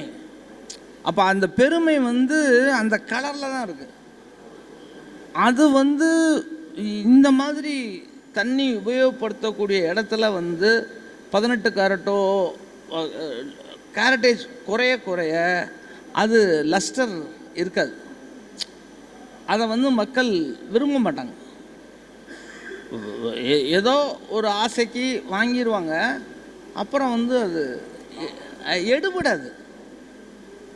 அது நான் அதாவது இன்னும் கொஞ்சம் மட்டமாக சொன்னால் ஒப்பாது நம்ம ஊருக்கு. ஸோ இப்போ என்ன ஒரு மாறுபாடை பார்க்குறோம்னா, மக்கள் வந்து தங்கத்தை தான் வாங்குகிறாங்க, 22 கேரட் தான் வாங்குகிறாங்க. என்ன மிந்திக்கும் இப்போக்கும் உள்ள வித்தியாசம்னா,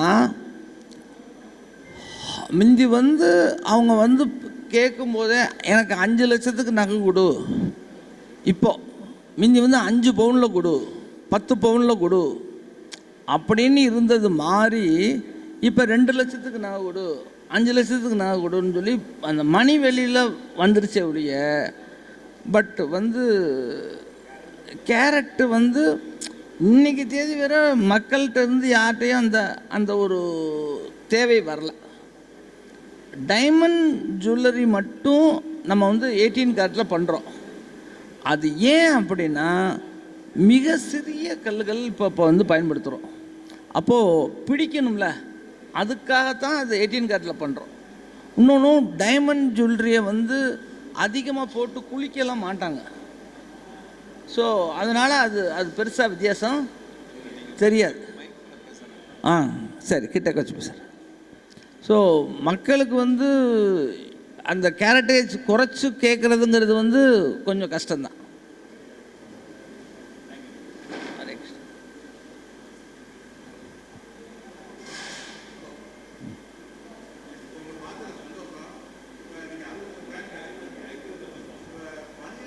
பணியாளர்களை எடுக்கும்போது ஒரு குறிப்பிட்ட விஷயத்தை மட்டும் தங்கமேல் ஜுவல்லரியில் பின்பற்றிட்டு இருக்கோம்.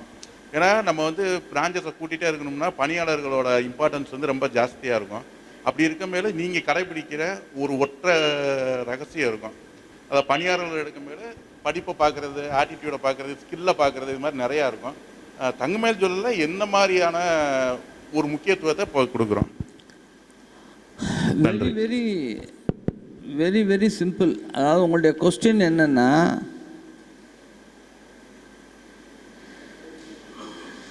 பணியாளர்களை எப்படி உருவாக்குறீங்க, எடுக்கிறீங்க?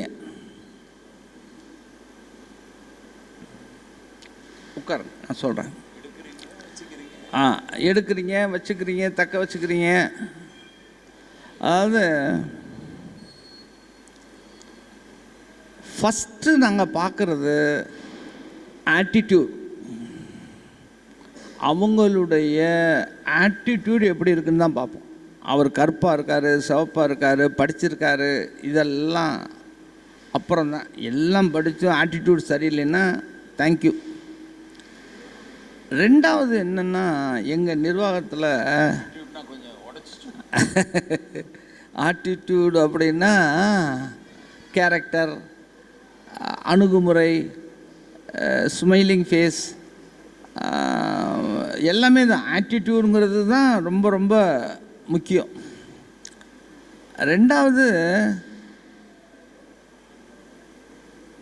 நாங்கள் என்ன செய்வோம்னா, we never give employment, we give empowerment. நாங்கள் வந்து ஒரு நபர் இப்படி உள்ளார வந்தார்னா அடுத்த 10 வருஷத்தில் அவர் எங்கெங்கெல்லாம் போயிடலாம், ஹையரார்கி படம்லாம் போட்டு கொடுத்துருவோம். எத்தனை வருஷம் இருந்தாங்கன்னா எப்படி எப்படிலாம் ஆகலாம், என்னென்ன லெவலுக்கு போகலாம், அதுக்கு என்னென்ன ட்ரைனிங் கொடுக்கணும், அதுக்கு உண்டான. கண்டிப்பாக எனக்கு தெரியும், இன்றைக்கி என்கிட்ட வர்ற நபருக்கு வந்து தங்கத்தை பற்றி ஒன்றுமே தெரியாதுன்னு. அது எனக்கு நல்லாவே தெரியும். அப்போது அவரை எப்படி ஆளாக்கலாம், உருவாக்கலாம் அப்படிங்கிற இதை மட்டும் இல்லாமல் அவங்கள்ட்ட வந்து முழு பொறுப்பையுமே நாங்கள் கொடுத்துருவோம். இன்னும் சொல்லப்போனால் அந்த பிரான்ச்சோட பேலன்ஸ் ஷீட் போடுறது முதற்கொண்டு இப்போ வந்து எங்களுடைய டீம் பீப்புள் பார்க்குறாங்க. என்ன செலவு பண்ணணும், என்ன ஸ்டாக் வைக்கணும், இது தேவையா தேவையில்லையா.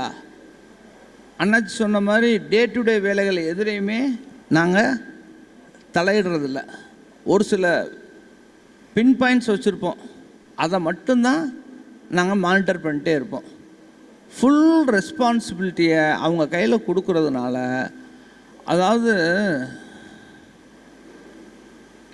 தங்க வியாபாரம் சார், இது வந்து பெரிய ரிஸ்க்கான வியாபாரம் தான். ஆனால் இதில் வந்து ப்ராஃபிட் மார்ஜினும் ரொம்ப தின் மார்ஜின் தான். ஆனால் ரெஸ்பான்சிபிலிட்டியான உள்ள டீம் நம்ம செட் பண்ணிட்டோம்னா அது போதும் சார். உங்களுக்கு ஒரு வியாபாரியாக நான் சொல்கிறேனே,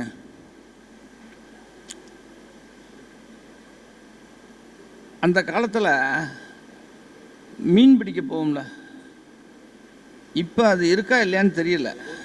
மீன் பிடிக்க போகும்ல,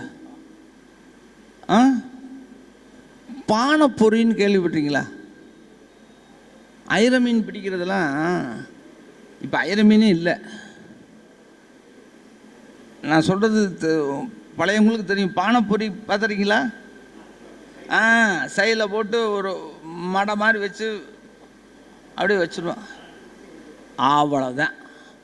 அந்த பானைப்பொறி ஸ்டைல் தான் நம்ம ஸ்டைலு. நான் டீமை செட் பண்ணுவேன், முதல்ல ரெடி பண்ணுவேன், பிராண்ட் பில்ட் பண்ணுவேன், நிர்வாகத்தை வச்சு கையில் கொடுத்துட்டு வந்துடுவேன்.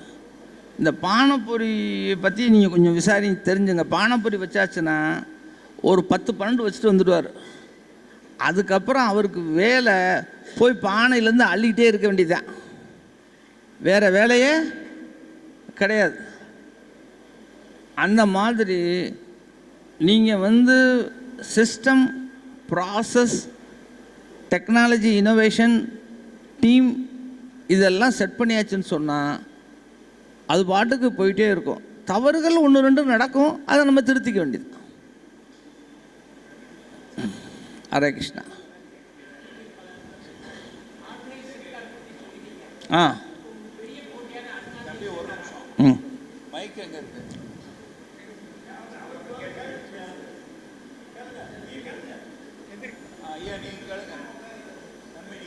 என்னுடைய பேர் பிருந்தாவன். நீங்கள் சிறப்பாக பேசுனீங்க, அரை மணி மேலே பேசுனீங்க தங்கத்தை பற்றி, ரொம்ப நல்லா இருந்தது.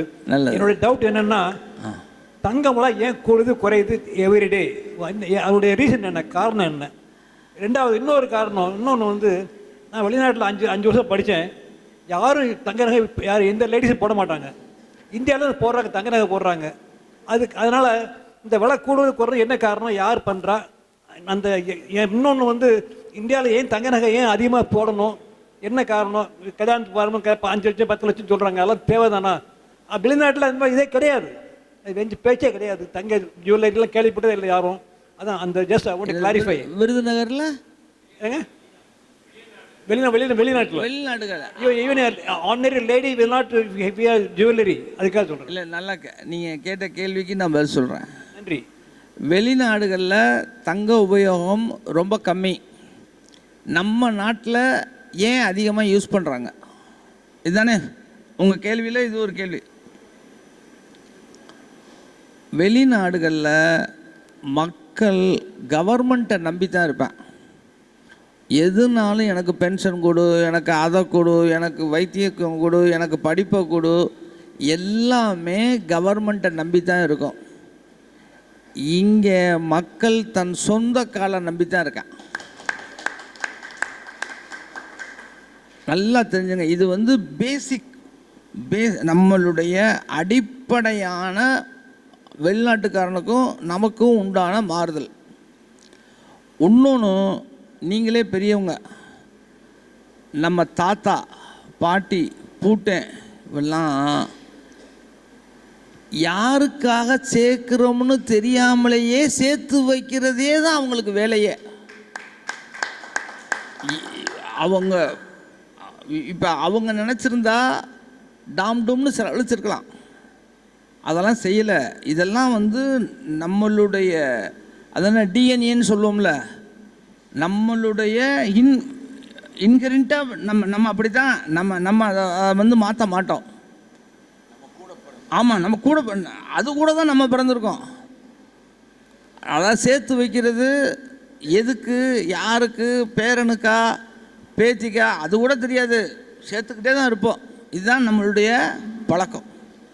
ஸோ அப்படி சேர்க்கறதுனால தங்கம் இங்கே ஒரு முதன்மையான ஒரு பொருளாக இருக்குது. ஏன்னா அது இன்டர்நேஷ்னலாக அதுக்கு விலை கிடைக்கும், எங்கேயும் கொண்டு போகலாம். இப்போ பர்மாவில் ஒரு காலத்தில் எங்கள் சொந்தக்காரங்களாம் இருந்தாங்க. ஒரு வாரத்தில் என்ன எடுத்துகிட்டு போக முடியுமோ கொண்டு போ, மீதியெல்லாம் விட்டுட்டு போகணுட்டான். ஒரு வாரத்தில் என்ன எடுத்துகிட்டு போக முடிஞ்சு, தங்கம் வெளியே தான் கொண்டு வர முடிஞ்சு. எஸ்டேட்லாம் விட்டுட்டு தான் வந்தாங்க. ஸோ தங்கம் தான் ஆபத் பாண்டவன். இப்போ வேறு ஒன்றும் இல்லை.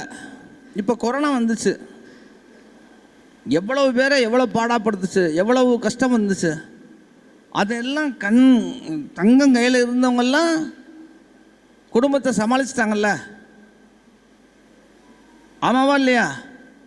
ஸோ தங்கம் பல தலைமுறையாக பல தடவை நிரூபணம் பண்ணியிருக்கு. தங்கத்தை சேர்த்து வச்சுருந்தவங்க எல்லாருமே காப்பாற்றப்பட்டிருக்காங்க.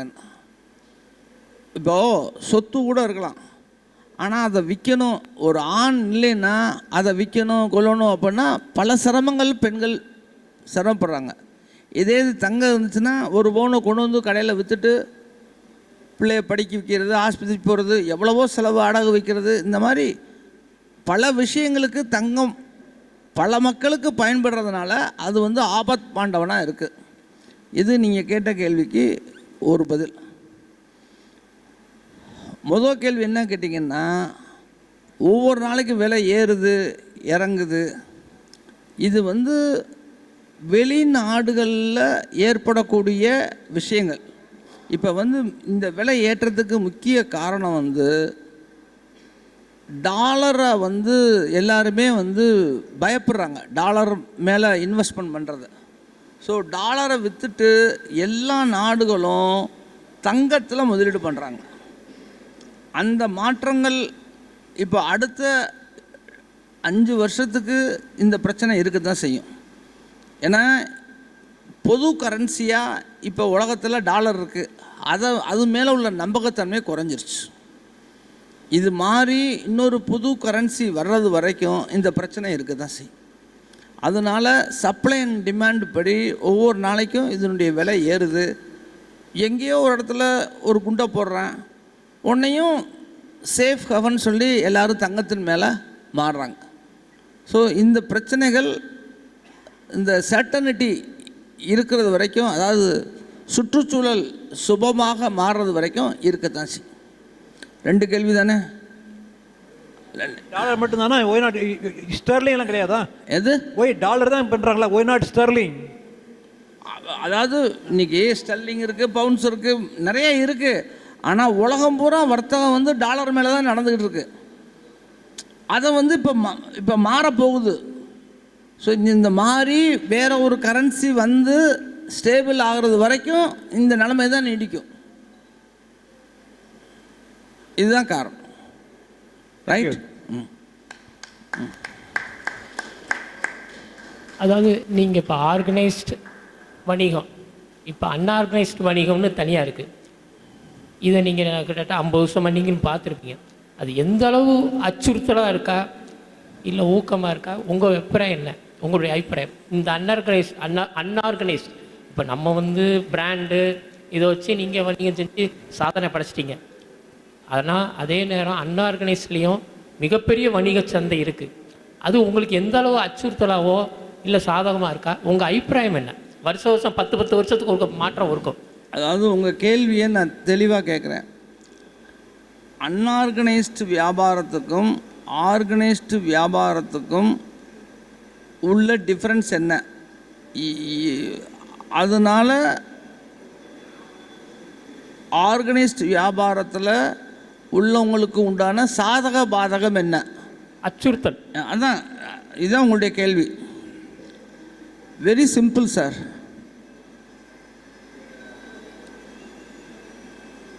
அன்ஆர்கனைஸ்டு வியாபாரம் வந்து படிப்படியாக குறைஞ்சிக்கிட்டு வருது. ஆர்கனைஸ்டு வியாபாரம் வந்து படிப்படியாக கூட்டிகிட்டு வருது. இதுக்கு என்ன காரணம் அப்படின்னா, இது ஒன்றும் பெரிய ஆரிய வித்தையெல்லாம் கிடையாது. அன்னைக்கு வந்து வீட்டில் பெரியவங்க முடிவு பண்ணாங்க, இன்றைக்கி இளையவர்கள் முடிவு எடுக்கிறாங்க பர்ச்சேஸே. ஏன்னா இன்றைக்கி நீங்கள் 20 வயசில், அதாவது 50 வயசில் சம்பாத்தியம் பண்ணதை உங்கள் பையன் இன்றைக்கி 20 வயசில் சம்பாத்தியம் பண்ணுறான். அதனால் அவன் சொல்கிறத கேட்க வேண்டிய ஒரு காலகட்டம் எல்லார் வீட்லேயும் ஏற்படுது. அவனுக்கு என்ன வேணும்னா டிரான்ஸ்பரன்சி இருக்கணும், ஹால்மார்க் இருக்கணும், ப்ரைஸிங் இருக்கணும், சர்வீஸ் இருக்கணும். இதையெல்லாம் அன்ஆர்கனைஸ்டு பீப்புள் கொடுத்தாங்கன்னா அவங்களும் நல்லா வரலாம். அதாவது காலத்துக்கு தகுந்த மாதிரியான மாற்றங்களை ஆர்கனைஸ்ட் பிளேயர் வந்து வேகமாக செய்கிறோம், இவங்க செய்யவே மாட்டேங்கிறாங்க. இப்போ ஒரு உதாரணத்துக்கு நான் சொல்கிறேன். கிரெடிட் கார்டு வியாபாரத்தை நான் வந்து 95லேயே அறிமுகப்படுத்தினேன். அன்னைக்கு முதல்ல பண்ணும்போது 20,000 ரூபாய்க்கு வியாபாரம். இன்றைக்கி ஒரு நாளைக்கு 20% வியாபாரம், கிட்டத்தட்ட ஒரு 5 கோடி ரூபாய்க்கு எங்களுக்கு கிரெடிட் கார்டில் வியாபாரம் நடக்குது. அப்போது நான் இன்னும் கல்லால் உட்காந்து நோட்டை எண்ணிக்கிட்டு இருப்பேன். அப்போ தான் நான் அக்செப்ட் பண்ணுவேன், இல்லைன்னா நான் மாட்டேன். நம் இது இது வந்து ஆர்கனைஸ்டுங்கிறது மேட்டர் இல்லை சார், மனநிலை மாற்றம். காலத்துக்கு தகுந்த மாதிரி பெரியவங்க மாறிக்கிட்டாங்கன்னா அவங்களும் சிறப்பாக வியாபாரம் பண்ணலாம். அதில் ஒன்றும் மாற்று கருத்தே இல்லை. 2 பேருமே வின்வின் தான், யாரும் கோளாறுலாம் கிடையாது. சார் வணக்கம் சார். அடுத்து தங்கமயில் இன்னும் ஒரு 20 இயர்ஸ் கழிச்சு எப்படி இருக்கும்னு நீங்கள் நினைக்கிறீங்க? நான் ஒரு செல்ஃபிஷாக ஒரு கேள்வி கேட்குறேன். இன்றைக்கி 3721 நிற்கிது உங்கள் ஷேர் மார்க்கெட் ரேட்டு. நான் நாளைக்கே போய் ஒரு 1 கோடி ரூபாய்க்கு ஷேர் வாங்கலாமா? ஒரு ரிஸ்க் எடுத்து வாங்கலாமா? அடுத்து ஒரு 20 இயர்ஸில் அது கண்டிப்பாக ஒரு 12 கோடி ஆயிருமா அப்படின்றத நீங்கள் கொஞ்சம் உங்களோட கணிப்பு எப்படி இருக்குது, உங்களோட ஃப்யூச்சர் பிளான் என்ன, அது எனக்கு ஏதாவது வாங்குறதுக்கு ஹெல்ப் ஆகுமா? அது கொஞ்சம் செல்ஃபிஷாக இருக்கும், ஆனால் இங்கே இருக்கிறவங்க எல்லாருக்கும் கொஞ்சம் யூஸ் ஆகும். ஏன்னா நீங்கள் சொன்னீங்க 1 கோடி போட்டாலும் இப்போ 12 கோடி கிடச்சிருக்கோம் அப்படிங்கிறீங்க.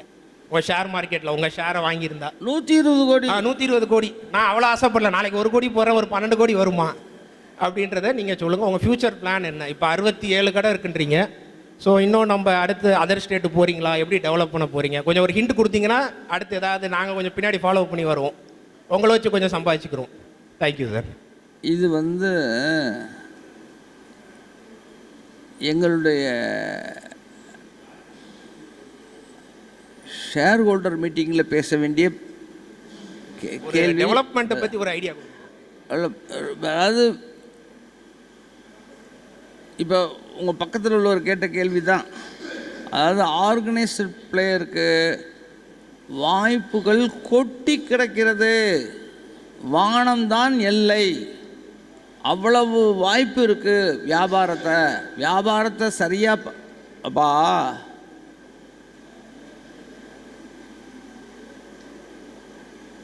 வியாபாரி தான் தோற்கிறான், வியாபாரம் தோற்பதில்லை.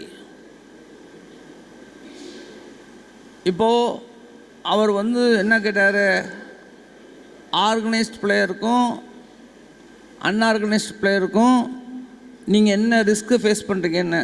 எங்களுக்கு ரிஸ்கே கிடையாது. ஏன்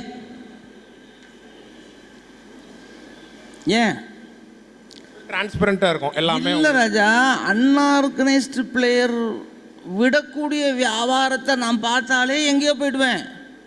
நான் புதுசாக பிஸ்னஸை க்ரியேட் பண்ணவே வேண்டாம், அவ்வளவு ஆப்பர்ச்சுனிட்டி இருக்குது. அதனால் நீங்கள் உங்களுக்கு ஒரே ஒரு ரிக்வஸ்ட் பண்ணுறேன். நீங்கள் கோடிக்கணக்காக வாங்குறீங்களா இல்லையான்னு தெரியாது, ஒரு ஷேர் வாங்குங்க. அதே ஷேர் வச்சிருக்கேன் சார், கூட்டிகிட்டு தான் இல்லை இருங்க,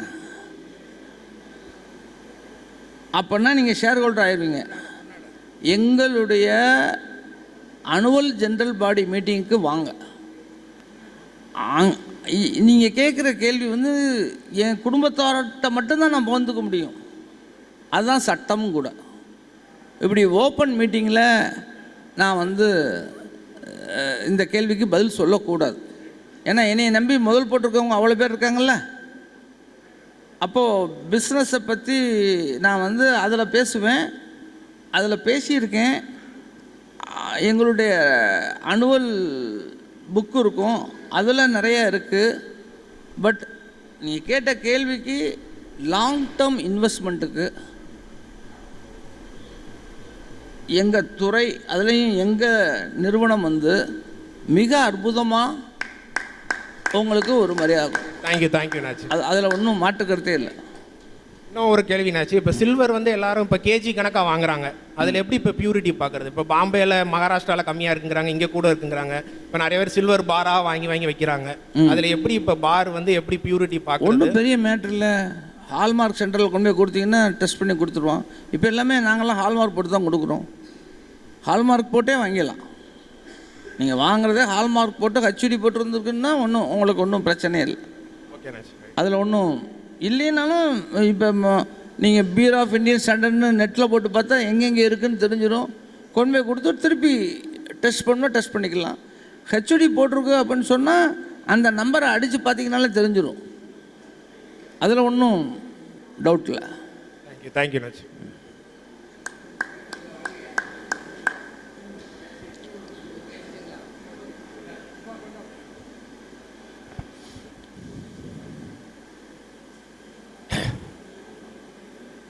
அனைவருக்கும் இனிய வணக்கம். அண்ணாச்சி, என்னுடைய மகன் வயது 33.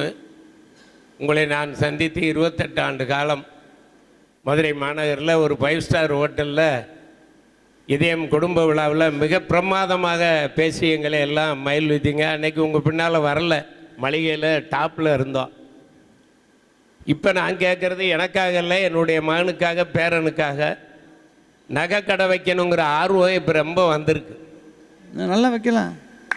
நல்ல விஷயந்தான். மளிகையில் இருக்கிற அனுபவமும் காய்கறியில் இருக்கிற அனுபவமும் எங்களுக்கு அத்துப்படி. ஆனால் உங்கள் துறையில் 3%, 6%, 16%ன்னு ஒவ்வொருக்கும் ஒரு நெக்லஸ்க்கு ஒரு மாதிரி இருக்குது. அந்த லிஸ்ட் போட்டு எல்லாமே ஒட்டிடுறீங்க. இதே என்னுடைய வாரிசுதாரர்களுக்கு நான் எப்படியும் சொல்லிக் கொடுக்கறதுக்கு எனக்கு வாய்ப்பு இல்லை, என்னுடைய வயசு. ஆனால் உங்கள்கிட்ட ஒரு 3000 பேர் வேலை பார்க்குறதுனால பயிற்சி பெற்றரை அவங்களுக்கான பயிற்சி கொடுக்கறதுக்கு எங்கே ஏற்பாடு பண்ணியிருந்தால் எங்களுடைய பேர பிள்ளைகளை அங்கே கொண்டு வந்து சேர்த்து எவ்வளோ நாள் பயிற்சி எடுக்கணும்னு சொன்னால் அதுக்கான வேலையை பார்க்கலான்னு நினைக்கிறேன்.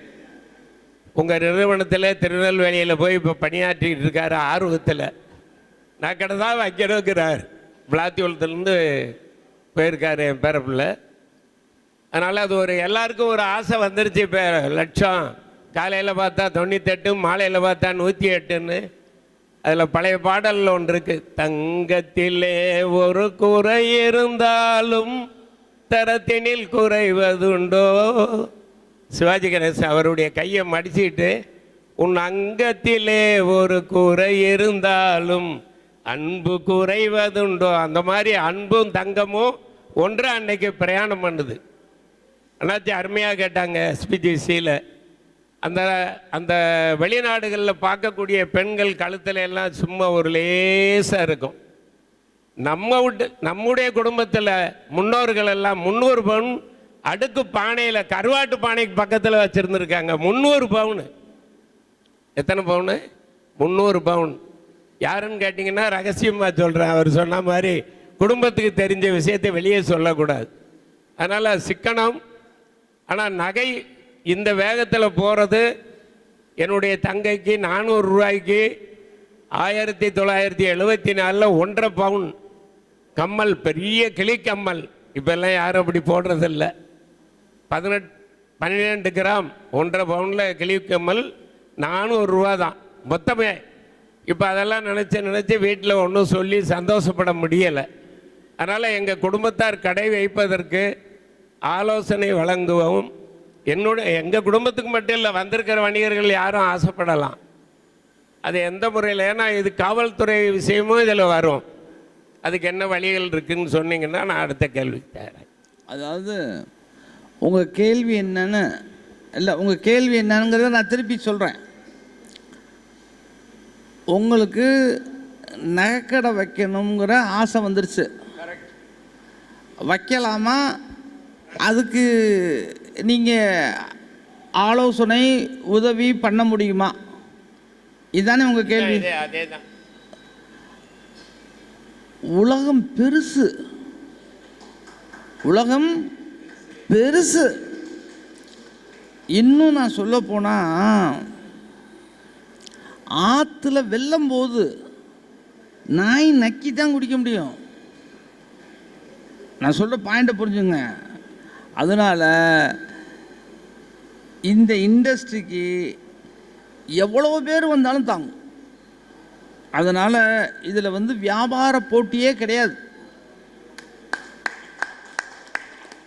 அதை நீங்கள் எப்படி உங்களுக்கு புரிஞ்சுக்கணும்னு நான் சொல்கிறேன். உங்கள் வயசுக்கு இப்போ நீங்கள் விருதுநகரில் இருக்கீங்க, ஒரு 40 வருஷம் எடுத்துக்கிறோம். 40 வருஷத்துக்கு முன்னாடி இருந்து நீங்கள் இங்கே பார்த்தீங்கன்னு சொன்னால் எத்தனை ஜவுளி கடை வந்திருக்கு, எத்தனை ஆஸ்பத்திரி வந்திருக்கு, எத்தனை முடிவெட்டுற கடை வந்திருக்கு, எத்தனை பள்ளிக்கூடம் வந்திருக்கு.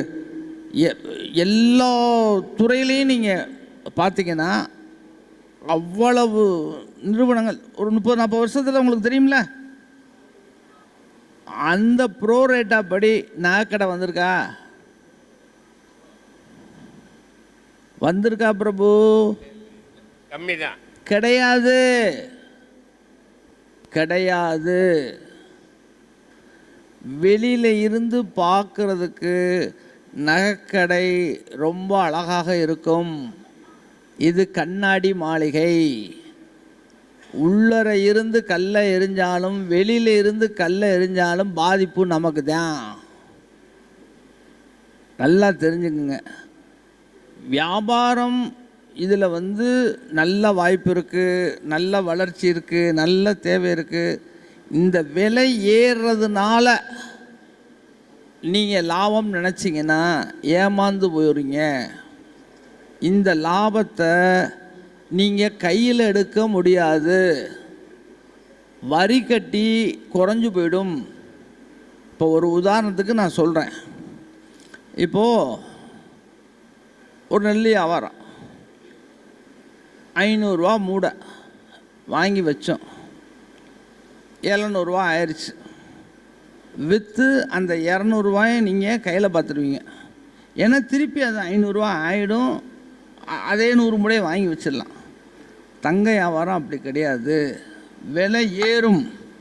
ஆனால் நீங்கள் 1 கிலோ வச்சுருந்தீங்கன்னா விற்று விட்டு திருப்பி 1 கிலோ தான் வாங்குவீங்க. விலை ஏறினது உங்கள் கைக்கு பார்க்க முடியாது. அதுக்கு பேர் புக் ப்ராஃபிட். நெல் வியாபாரத்தில் பண்ணது புக்குடு ப்ராஃபிட். அது கையில் பார்க்கக்கூடிய வருமானம். இது பேப்பரில் பார்க்கக்கூடிய வருமானம். அடுத்து இப்போ நீங்கள் தங்க வியாபாரி இல்லை, இந்த கேள்வியை கேட்டால் தங்க வியாபாரி யாரும் கேட்குறதில்ல.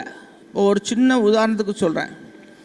போன வருஷம் பிப்ரவரி மாதம் 23ஆம் நான் சென்னையில் முதல் கடை ஓப்பன் பண்ணுறேன்.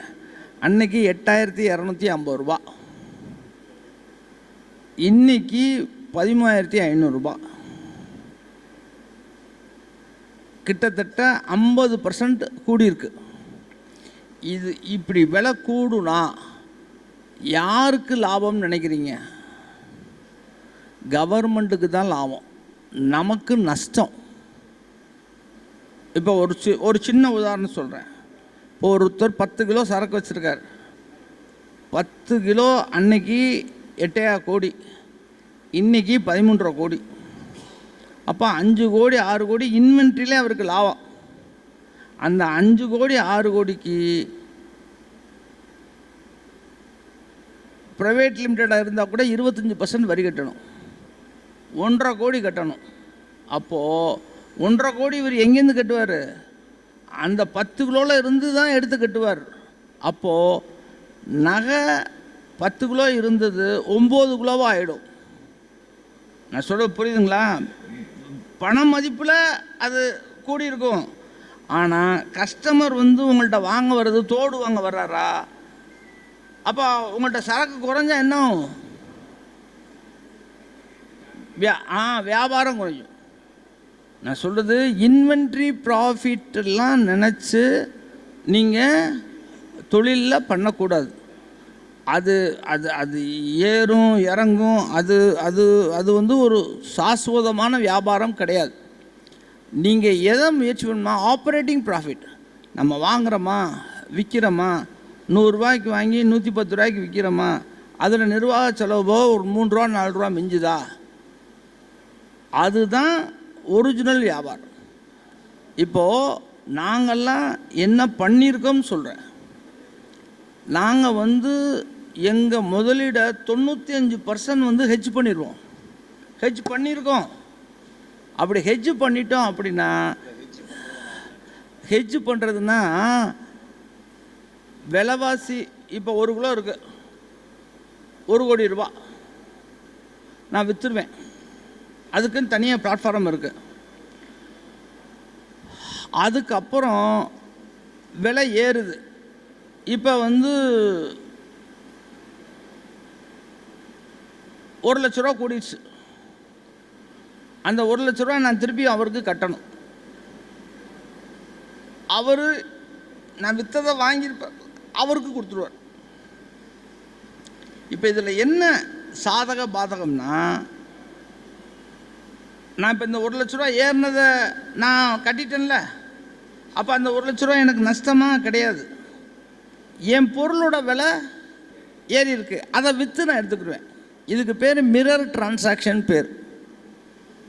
இதில் என்ன சாதகம்னா, இப்போ திடீர்னு 1 லட்ச ரூபா இறங்கிருச்சு, அங்கேருந்து எனக்கு பணம் வந்துடும். அப்போது என்னுடைய அசலுக்கு எந்த பாதிப்பும் வராது. நீங்கள், நான் சொல்கிறேன்னு தப்பாக நினைக்கக்கூடாது, இந்த இடத்துல சில விஷயத்த சொல்கிறேன். நீங்கள் இந்த மில்லுலாம் வச்சுருக்காங்கல்ல, இந்த கவுண்டிங் நூல் மில்லு, இதெல்லாம் பார்த்தீங்கன்னா ஒரு 2-3 வருஷம் பார்த்தீங்கன்னா அவங்க எங்கேயோ இருப்பாங்க, ஓன்னு இருப்பாங்க. அப்புறம் 2-3 வருஷம் பார்த்தீங்கன்னா பருத்தி விலை போச்சு, பஞ்சு விலை போச்சு, நூல் விலை போச்சு அப்படின்னு காணாமல் போயிடுவாங்க. இந்த மாதிரி பல மில்லுகளை பார்த்துருக்கீங்களா, கேள்விப்பட்டிருக்கீங்களா? இப்போ ஹெட்ஜிங் பண்ணியாச்சுன்னா உங்கள் அசலுக்கு பாதிப்பே வராது. அதெல்லாம் நாங்கள் 95% பண்ணிட்டோம். ஸோ இன்வென்ட்ரி ப்ராஃபிட்டை நினச்சி யாரும் அது அது அது ஒரு தடவையோட, இப்போ நம்ம விற்று கடையை க்ளோஸ் பண்ணிட்டு நம்ம எடுத்துகிட்டு போகிறதுனா அது ரைட்டு. நம்ம தான் ரொட்டீன் வியாபாரம் பண்ணிகிட்டே இருக்கோமே, அப்போது அது நம்ம கைக்கு வராது. நகைக்கடை வைக்கலாம், அதுக்கு தேவை நிறையா இருக்குது. உங்கள்கிட்ட மூலதனம் நிறையா இருக்கணும், பொறுமை இருக்கணும், பணிவு இருக்கணும். உங்கள் பிள்ளைகள்கிட்ட அந்த மாதிரி வேணும், தொழில் தான் வைக்க போகிறேன் அப்படின்னு சொன்னீங்கன்னு சொன்னால், இப்போ நான் உங்களுக்கு சரியான யோசனை சொல்கிறேன். இப்போ நீங்கள் சின்னமாக வைக்கணும், சின்னமாக தான் முடியும் அப்படின்னு நினச்சிங்கன்னா, அதுக்கு தகுந்த மாதிரியான கடைகளில் கொண்டு போய் சேர்த்து அடிப்படையை கற்றுட்டு வர சொல்லுங்கள்.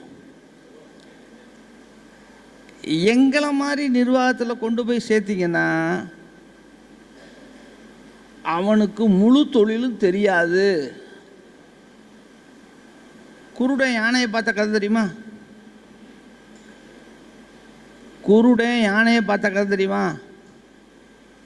தெரியுமா தெரியாதா? குருடனால் யானையை பார்க்கவே முடியாது, குருடனால் யானையை உணர முடியும். ஒரு 5-6 குருடர்கள் போய் யானையை பார்க்குறாங்க, காலை தடவி பார்த்துட்டு அது தூண் மாதிரி இருக்குன்னு சொல்கிறான். ஒருத்தர் உடம்பை தடவி பார்த்துட்டு பாறை மாதிரி இருக்குங்கிற. ஒவ்வொருத்தரும் ஒவ்வொன்று சொல்கிறார். உண்மை என்ன?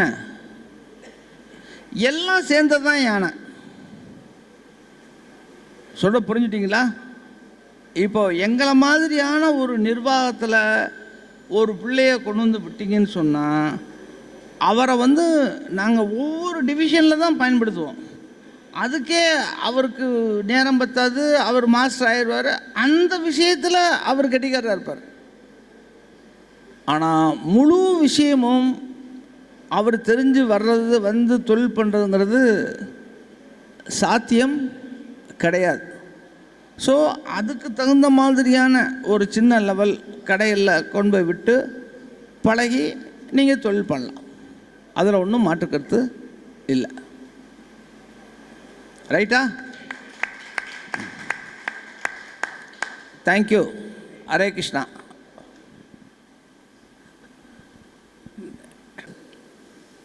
ரமேஷ் சார் நல்லா நமக்கு விவரம்லாம் சொன்னார். அவர் சொல்கிறதெல்லாம் கேட்டுட்டு இருந்தால் நம்மளும் தங்க ஆரம்பிக்கலாம் போல தெரியுது. அப்படி அழகாக சொல்லியிருக்காரு. இந்த